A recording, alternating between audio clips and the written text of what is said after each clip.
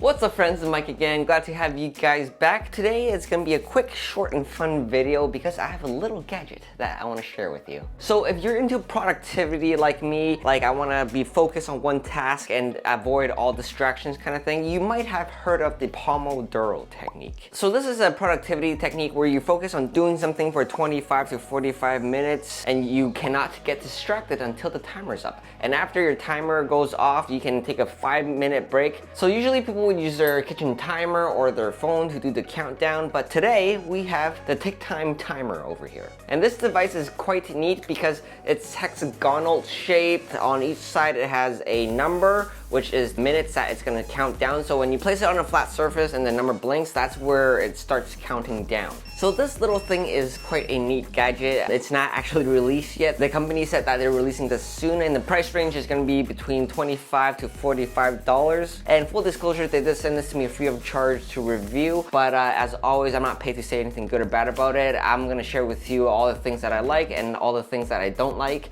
And there's actually one reason why you would not get this, which I'll get to later on. But without further ado, let's get more into this.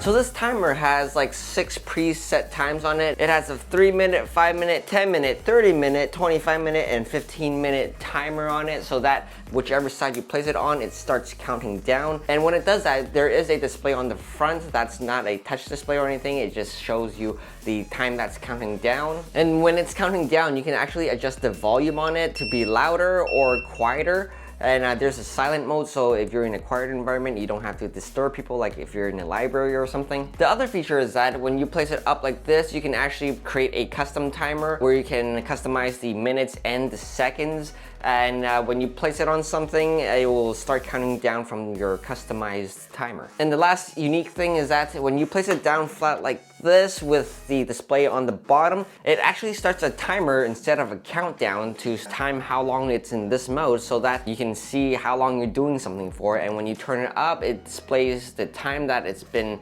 down for, and you get a more realistic time of what you think it would take you to do some task. So anyways, this little thing is feature packed with time, but the only thing I don't really like about it is its build quality. Although it's very futuristic, aesthetically pleasing to the eye on images and in video, when you hold it, it's actually quite light and it's all made of plastic. So it does have that kind of cheap kind of feeling. It's nothing too hefty or substantial when you hold it in your hand. The outer material is made of a plastic. It's something that feels like it's gonna be scratched if I roll it around like a dice. And the other thing is that the display, it's not too good. When I press on it, I do see these weird little things, and the display is not rotatable. It's only like straight if it's on the 30-minute side or the 3-minute side, whereas if you're on the 15 or 10 or 25, it's on a slant, so it's a fixed display. And the last thing is that it uses a micro USB. This thing looks futuristic, but it's not. It makes me feel like it was made like last year or 2 years ago kind of thing. So my initial thoughts on this, and this is the final product by the way, this is not a prototype. In my personal opinion, I think this is worth 25 to 30 bucks at most. If you're paying anything above that, I think you're paying premium, just saying.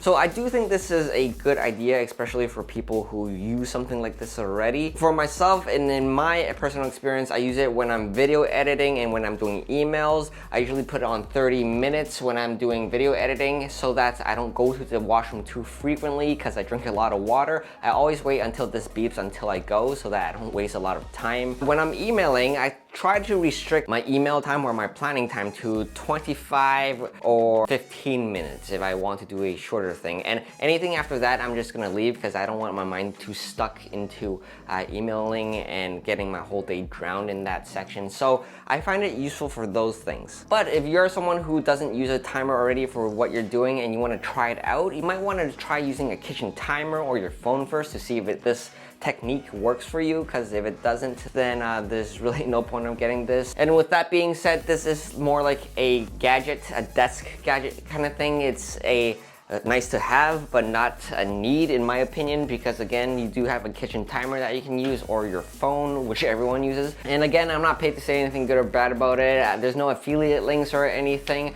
If you want to check them out, they are starting their launch soon, so I put the link in the bottom of the description. So anyways, what do you guys think about the timer? Are you already doing something like this? What are you guys doing to help you focus? Let me know in the comments below. And if this video has helped you out in any way at all, remember to like, subscribe, and turn that notification on to get the latest updates from YouTube about my channel. And that's it. Finally, we'll see you in the very next video.